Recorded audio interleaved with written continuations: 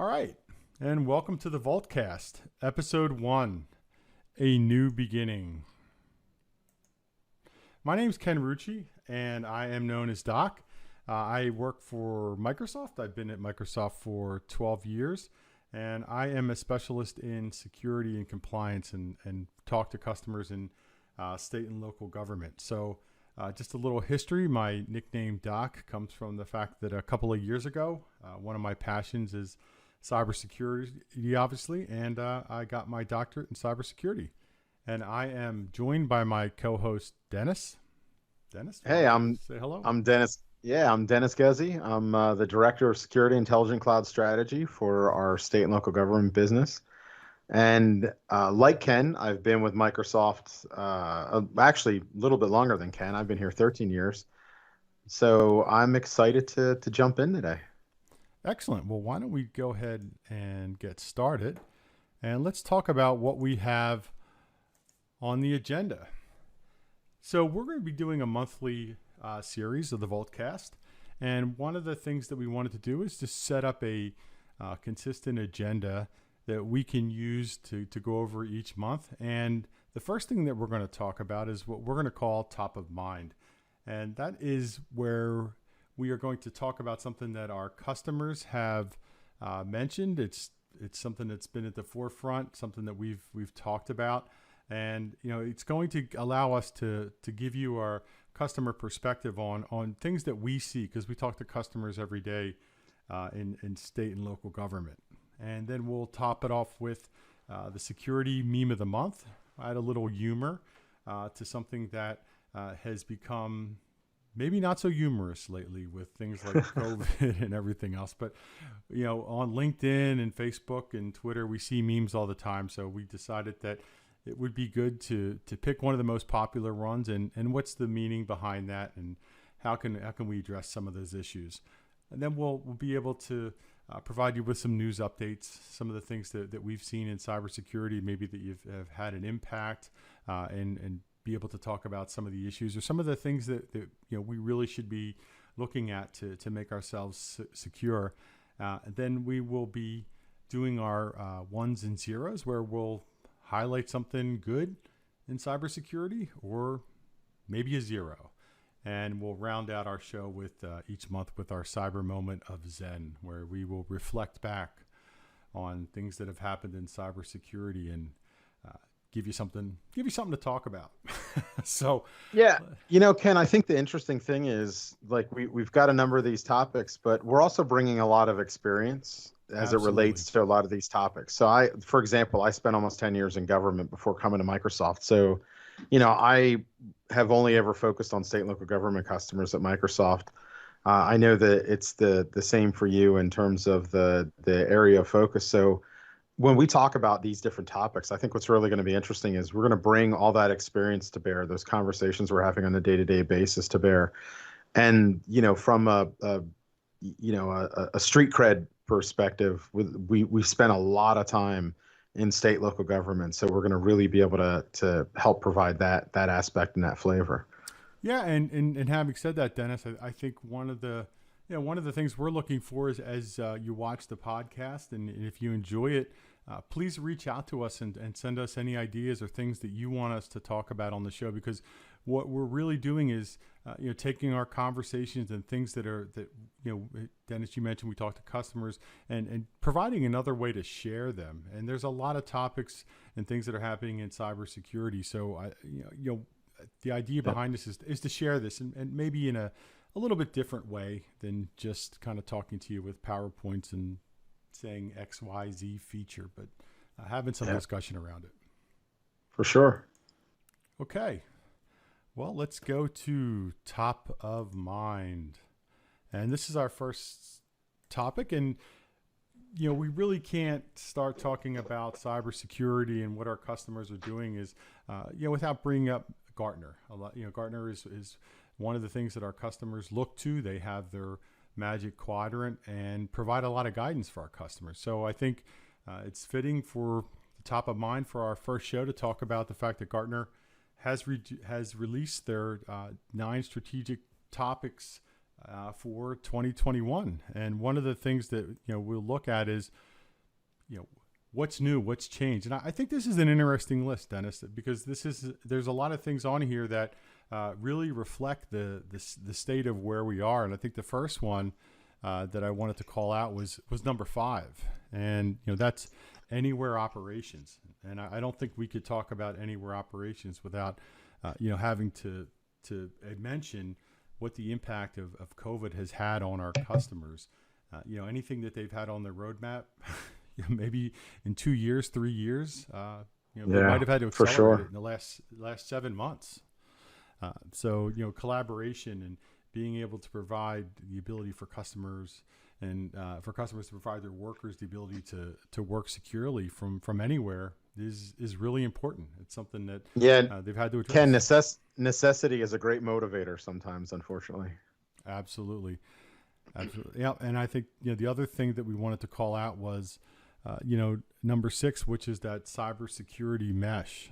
And this is something that I think all of our customers are interested in, and Microsoft has made a big investment over time is being able to have that centralized policy orchestration and enforcement. And we talk to our customers about it. The fact that we have integrated a lot of these technologies in our products into one platform, so it makes that management, that enforcement, efforts easier, because you can see things from one place and not have to go into 5, 6, 7 different consoles or logs to get that relevant information. Yeah, Ken, the item that jumped out on this list for me, it's listed as 9, but really to me it's one of the hot button topics that I'm talking quite a bit about is the hyper automation. And it's easy to know and think, I need to automate my security response more. And in state and local government, for sure, we're seeing a pretty significant upturn in the need to focus on automation, because we're seeing our customers struggle with attracting top talent, especially in the areas of security. But what's really interesting is COVID-19 has brought about an increase in use of automation for day-to-day tasks. So we're seeing a number of our customers, and a popular buzz topic right now is robotic process automation, or RPA. We're seeing a number of our customers have to invest in process to secure their automation for a number of these day-to-day tasks, because they're dealing with personnel shortages and resourcing and staffing issues. So they're looking to say, how can I create some automation for some of those common day-to-day tasks? But now you've got to not only deal with the automation, you've got to secure that automation. And that's where, we talk a lot about things like Windows Virtual Desktop and things like that. And I think as you hear us talk a little bit today and in future conversations, you'll hear a lot of those things around automation is going to be a common theme, not just in this episode, but in future conversations we have. Yeah, and Dennis, just to add to that, I think one of the highlights from the Microsoft perspective, and our customers really are looking at it, and not only because of COVID, just because of the way things are accelerating, is we've actually integrated a lot of that automation that you talked about into our products. And in particular, one of the most exciting and ones I really enjoy talking about is what we call Microsoft Defender for Endpoint, where we've actually automated a lot of security responses, and these are based on our automated playbooks. These are Microsoft procedures and best practices, and they give you the ability to respond to an incident just like you would if you had a security analyst be able to go through this. But we can do it in minutes, sometimes even seconds, and that's just one example of where that automation is. We also have it on our Office 365 product. So, we'll talk about phishing. That'll come up a lot today in our topic. But being able to respond to that could, potentially, prevent, another incident, because we can get to it and not have to sift through logs and be able to, identify these attacks. So, yeah, I think hyper automation and that anywhere operations is really changing the way our customers are looking at their IT and security operations.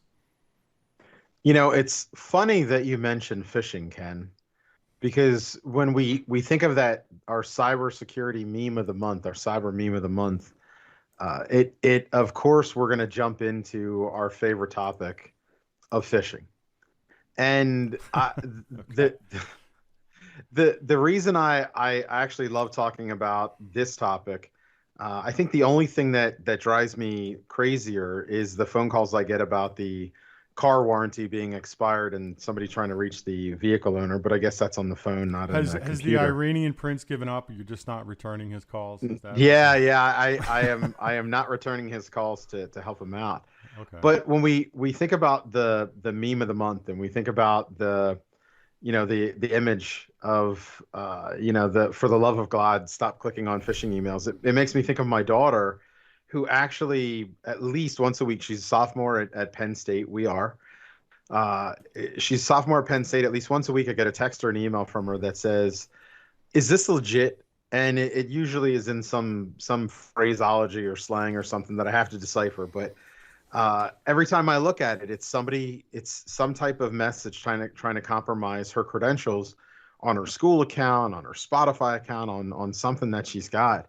And it reminds you that there are bad actors who are targeting these kids that are going back to school because they're trying to find new entry points and new ways to compromise those students. So it really is. It's funny, but it's funny in a not necessarily a haha way when we talk about those phishing emails. Yeah, and the reason that they're targeting the education is just looking for easy targets, right, Dennis? I mean, your daughter's probably not as email focused as we are, where we live and breathe by the Outlook ding. Yeah. So they're that awareness of what to click on or what to pay attention to is not as forefront for the education folks. But there are some things that I want to at least talk about from a Microsoft perspective. Is we do have ways that you can test out and find out who may need some additional security awareness training, or who's more likely to click on one of those. And we've actually built that functionality into Office 365, and we actually call it our attack simulator. So it gives you the ability to craft an email with your specific logo, your language, make it look like it's coming from from your organization, and send it out and test out a department on a regular basis. And we've even now added recently a library of knowledge that you could direct the user to if you find out that this user clicked on it within 5 seconds, and it took them 3 seconds to enter information into a form. Yeah. These are the things that we can call out, and I think that's important. Again, going back to this integration that we talked about, Dennis, of we have to make it easier for our customers to be able to respond to things, because it's like a game of chess. We'll figure something out, and then next day they figure out a way around it. I think the value of what I just heard you say, and the thing that I think our customers in state and local government react to, is there's a lot of times where, again, having come from that space, spending as much time in government as I did before coming to Microsoft, it's like what we're doing with this, with this podcast. We think we know the audience, but what sometimes you wind up finding out is the people that you were most concerned about are not always necessarily the people who are as least prepared as you expect. So using something like that simulator gives you the ability to roll through the different types of people that exist inside the org, the different types of roles, the different types of users. And I know I've had a couple of customers who were, I'll say, mildly surprised. Shocked was one of the words that they used, of some of the people that they didn't expect to click and as quick as they did into those messages. So it's a good call out that it's such a really important tool that we've got that that helps the customers out. And in the space that we're in state and local government, and I know this, and we talk about it a lot, and I'm sure we'll talk about it in the future, but our state and local government customers are being hunted right now. There's bad actors that are actively looking for state and local government customers to compromise. So it's a really good tool to talk about. Yeah, yeah, and Dennis, I've asked this before. How much does it cost to run a phishing attack? I mean, it's It's pennies, pennies. right? It's pennies. It's So like 7 cents. It's insane how yeah, cheap it is to so be right, able if to you're do if that. you're an attacker, and I mean, why not, right? It's there's low risk and high reward for that. So we have to come up with new ways and new ways to counter these type of attacks. So yeah, great Yep. meme. I love it. Um, you're not going to go live in a van down by the river now, just based on Not yet. Not yet. But if we, maybe we'll have a side conversation, get a certain number of people to watch and participate in the podcast. Maybe I'll have to recreate that for a future episode. So maybe we can have a little fun with that one. All right, we'll put that on the to-do list. Okay, so let's move on. Let's move on to what's happening. I think we'll show our age here, but if you recognize Rerun and everyone else from what's happening, fantastic.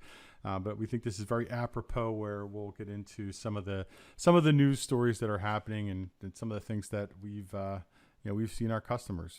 So the first one is, we talked about this before, that obviously the phishing attacks are prevalent in the education industry, but there's this is becoming real. This is something that we're looking at heavily, and 28% of the spear phishing attacks are directed against EDU accounts, and they're for a lot of the reasons that we just talked about, as students aren't there on a regular basis. Email's not their primary focus, but these are easy. Student emails tend to be easy to get to, right? They use them all over the place, and their passwords may not be as secure. Some of the policies that education accounts put in place. So there's a lot of reasons there, and this is something that we have to look at. And I highlighted this because this is our current theme that's going through here is, Dennis, if you had to have your daughter sit down for a cybersecurity awareness training, do you think you'd get 5 minutes? Yeah, the probability is 0 that she wants to do that. Yeah, exactly. And I don't know if it's I don't know if it's much better in commercial. I know I've had to go through some cybersecurity awareness training, and it's hard because a lot of it is just common sense. It's things that they're saying to you over and over again that you just like, I know this, and then my Amazon order's been delayed. Oh, click. Yeah. So the other thing, yeah, and that is, I was going to say, and the one thing I wanted to add to that is when you think about your next points that you're going to come up here with in a second. So much of what we see in state and local government is the from a customer perspective is, how do we take the responsibility out of the hands of the end users when it comes to that limited appetite? So I just found that a number of the conversations that I've been having more and more are, how can we decide for the end user to prevent them from being able to have that interaction? And I know, Ken, you have those same types of conversations too, but our customers are looking for more and more ways to reduce the amount of times that the end user is asked to make a decision related to security. Yep. Absolutely. Yeah. And there's different ways that we can attack it. And really one of the important things is, the more that we can do to screen that email, or just kind of take away the bad stuff, right? We know that this is a bad attack, or this is a phishing attack, this is a credential harvesting link. We're incorporating those technologies into the front door, if you will. It's a great way to put that. Yeah. So and that kind of dovetails into the next story that we wanted to talk about, which is again, it's not state and local government, but the 5 biggest cybersecurity threats for healthcare.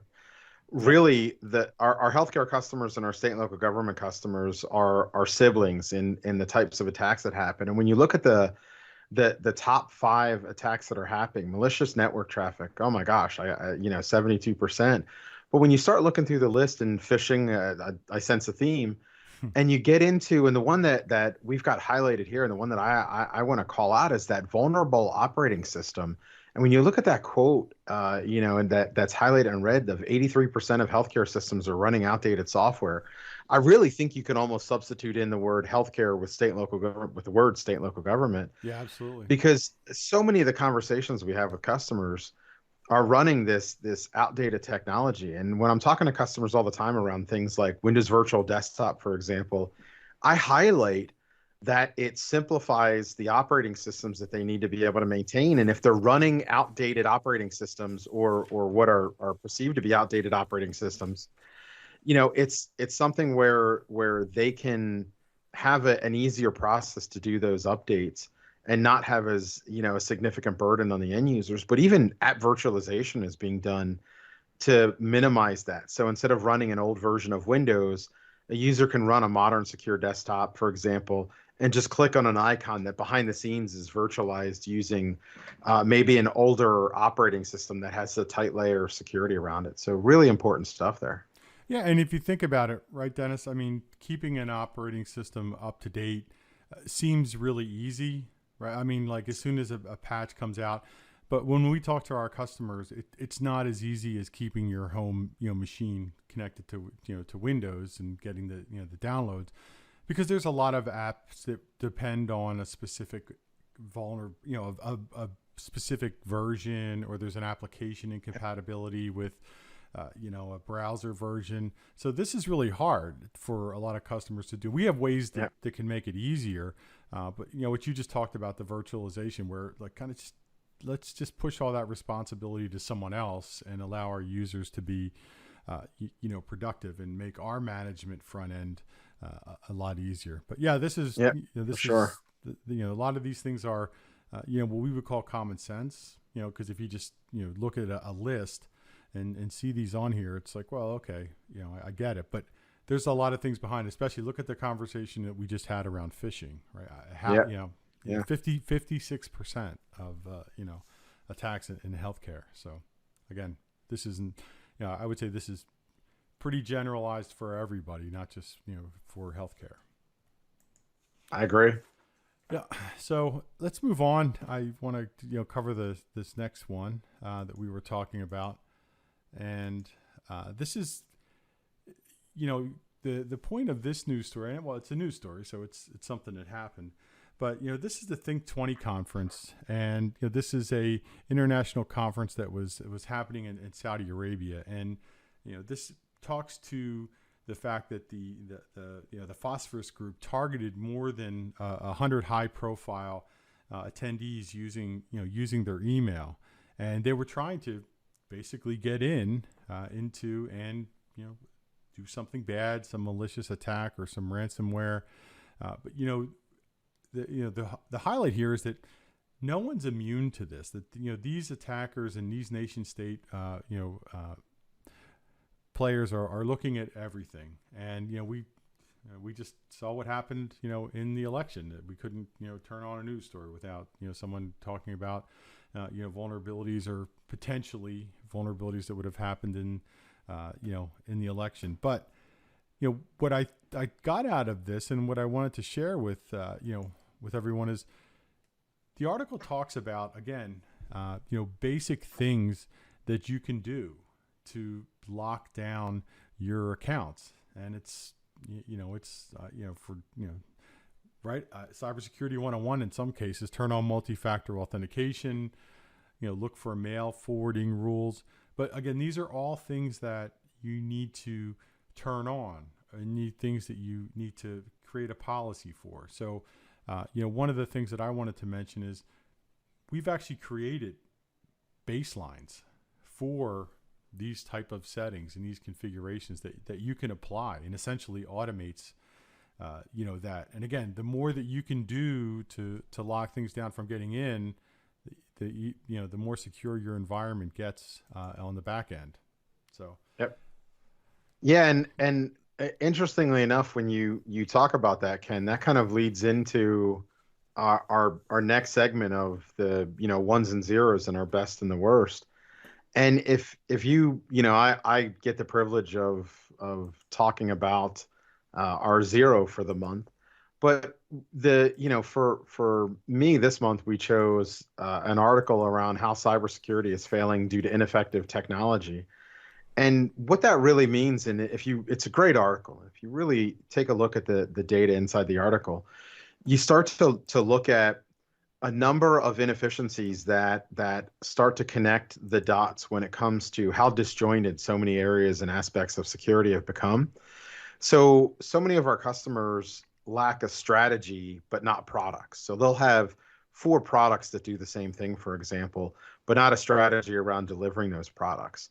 And so the challenge here starts to become the sheer volume of products that both are in the market, but then purchased and accessible to customers.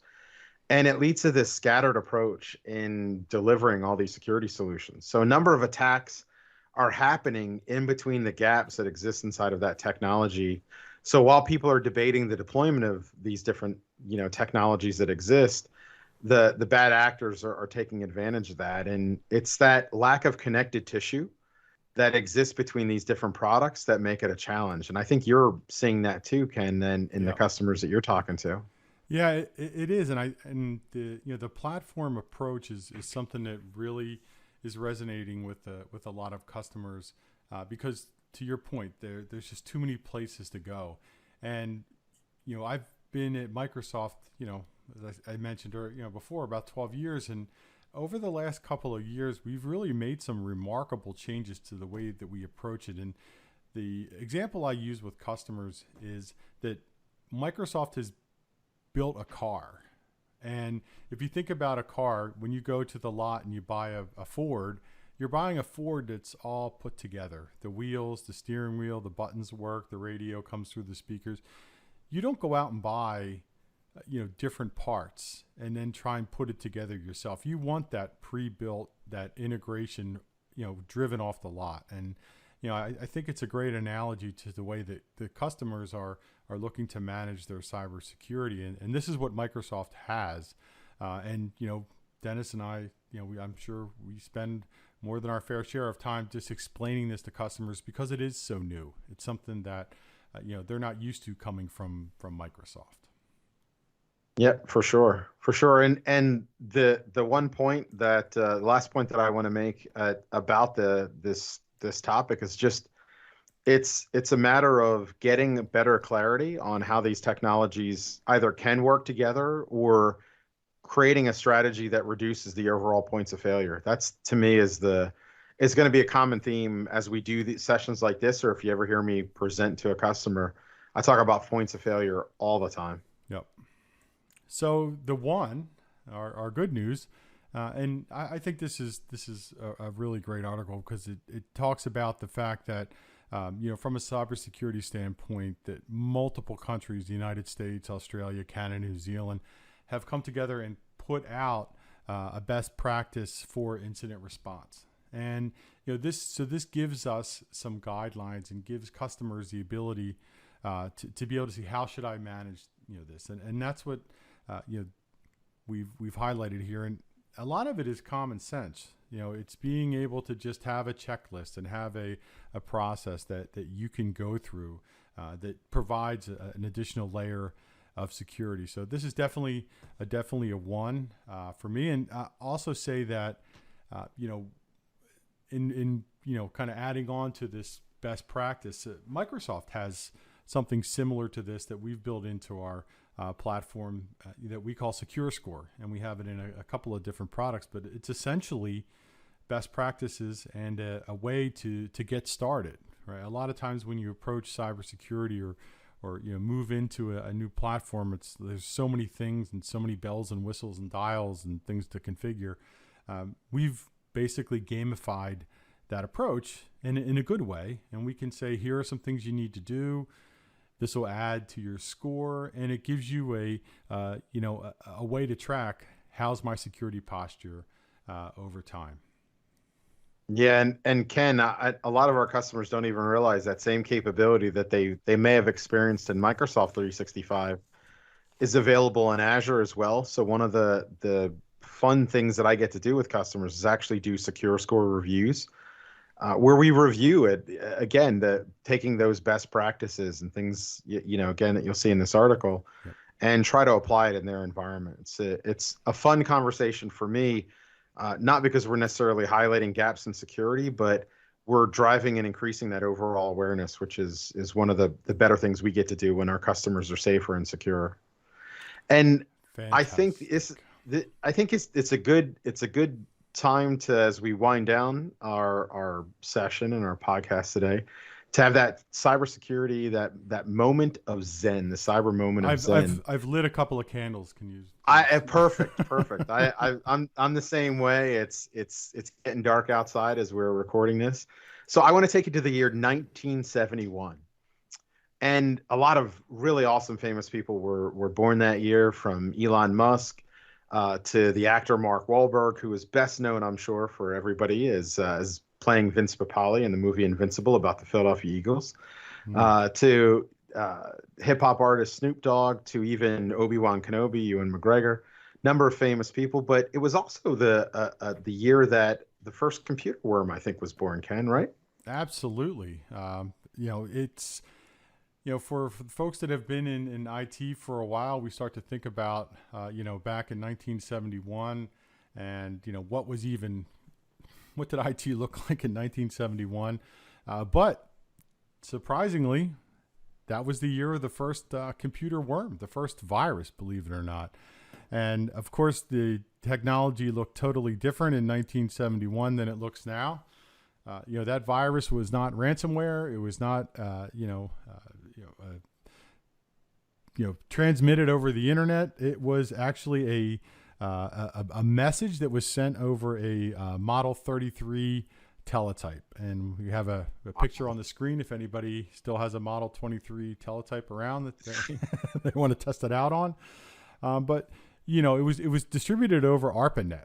And if anybody wants to get bonus points on what ARPANET was, it was really the precursor for the first World Wide Web. So bonus points if anybody actually already knew that, but I'll give you this extra credit. What quickly followed the Creeper, which was the first virus, which was Reaper, which was the first antivirus software.